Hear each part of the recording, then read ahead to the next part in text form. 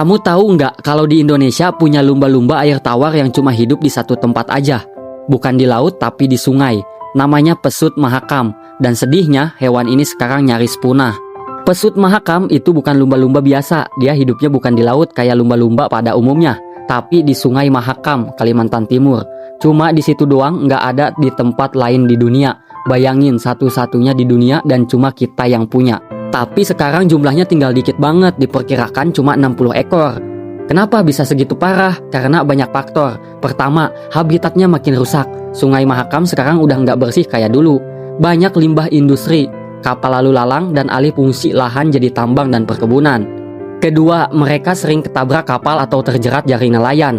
Karena mereka nggak bisa ngomong, mereka cuma bisa menjauh atau mati pelan-pelan. Padahal ya, pesut ini tuh lucu banget. Bentuk kepalanya bulat, mukanya imut. Dan mereka hidup berkelompok.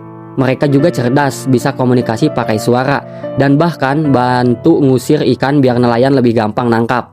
Jadi ada hubungan timbal balik yang alami antara pesut dan manusia. Tapi sekarang, pesut makin jarang terlihat. Dulu bisa muncul rame-rame, sekarang nyaris nggak kelihatan. Ilmuwan bilang kalau nggak ada tindakan serius dalam beberapa dekade ke depan, kita bakal kehilangan mereka selamanya.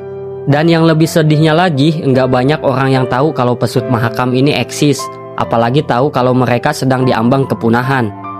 Pesut mahakam itu bukan sekedar hewan langka, tapi simbol alam Kalimantan, simbol Indonesia.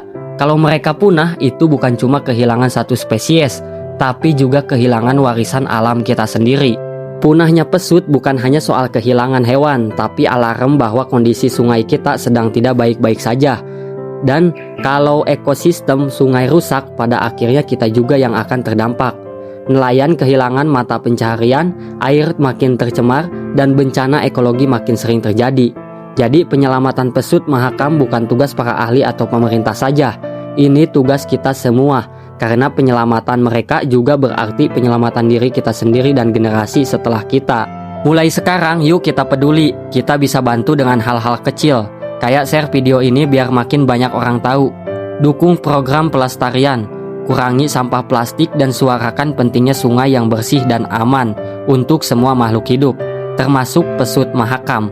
Kalau bukan kita, siapa lagi? Kalau bukan sekarang, kapan lagi? Kalau kalian suka dengan konten ini, jangan lupa dukung terus akun ini. Caranya follow. Semoga bermanfaat. Terima kasih.